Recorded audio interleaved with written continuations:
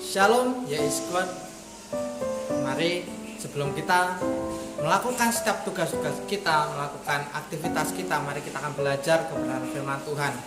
Kalau kita melihat tema di bulan ini adalah berdampak. Nah, kita bisa belajar dari firman Tuhan ini bagaimana kita menjadi kaum muda yang berdampak. Yang pertama yang harus kita lakukan, kalau kita melihat di dalam Yakobus 1 ayat 19 sampai 22, kita bisa belajar mengenai bagaimana kita menjadi orang yang berdampak.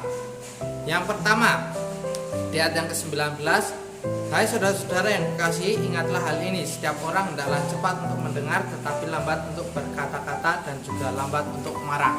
Nah, dari ayat ini kita bisa belajar bahwa kita sebagai anak muda yang harus kita lakukan yaitu kita menjaga kehidupan kita harus menguasai kehidupan kita, jangan sampai itu kemarahan menguasai kehidupan kita. Tetapi mari kita belajar untuk menguasai diri kita. Kalau kita mau menjadi orang yang berdampak, kaum muda yang berdampak, mari belajar menguasai kehidupan kita.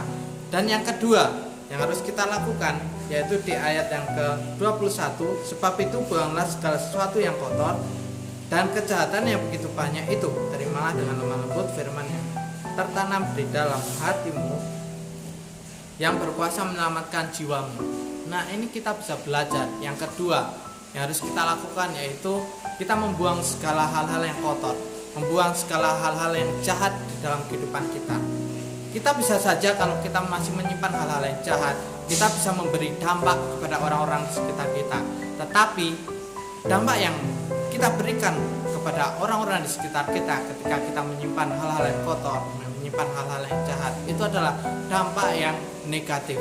Sedangkan kita dipilih oleh Tuhan menjadi garam dan terang dunia. Jadi mari kita belajar bersama-sama, kita membuang segala hal-hal yang kotor, membuang hal-hal yang jahat di dalam kehidupan kita masing-masing.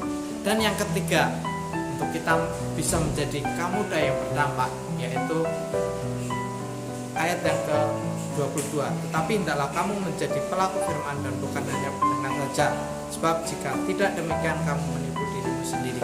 Nah, ini harus kita lakukan, bahwa kita harus belajar untuk melakukan firman Tuhan.